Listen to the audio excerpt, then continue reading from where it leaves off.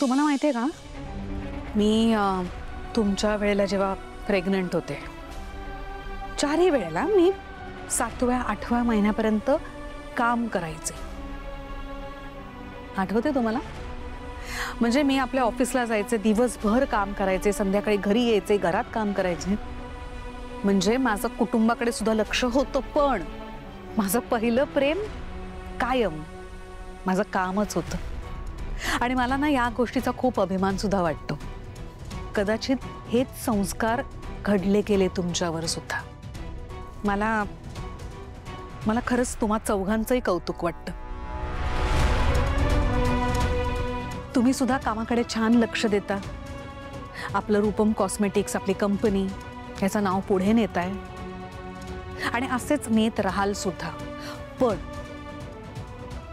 तुम्हाला याची जाणीव आहे ना की मी अजूनही काम करू शकते. माझं अजूनही कामावर प्रेम आहे आणि क्षमता सुद्धा आहे.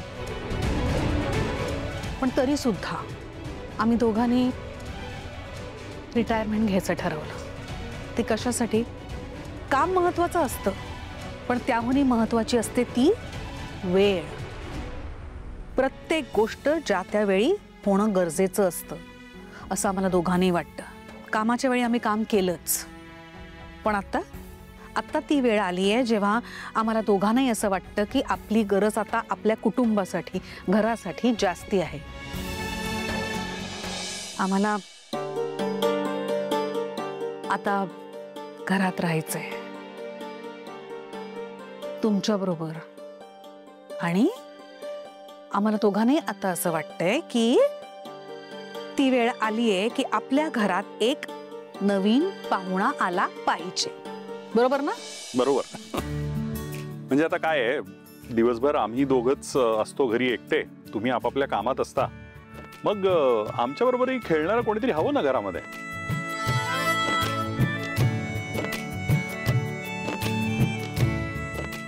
हवंच नाही. म्हणजे तुमच्या प्लॅनिंग बद्दल मला खरंच काहीच माहिती नाहीये, पण आम्हाला असं वाटतं की आता इट इज हाय टाइम.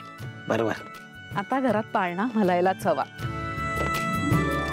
पण तुम्ही तुमचं ते प्लॅनिंग वगैरे करत राहिलात आणि आमच्या एवढे झालात, तुमची मुलं तेव्हा जर का लहानच असतील किंवा बिझनेस सांभाळू शकत नसतील तर काय करणार आपण? म्हणून म्हणते जरा विचार करा. याच्या आधी सुद्धा आमच्या सगळ्या इच्छा तुम्ही पूर्ण केल्यातच. ही छोटीशी इच्छा सुद्धा पूर्ण करावी. मला एवढंच सांगायचं होतं. ट्रूथ. यावर कोणाला काही बोलायचंय?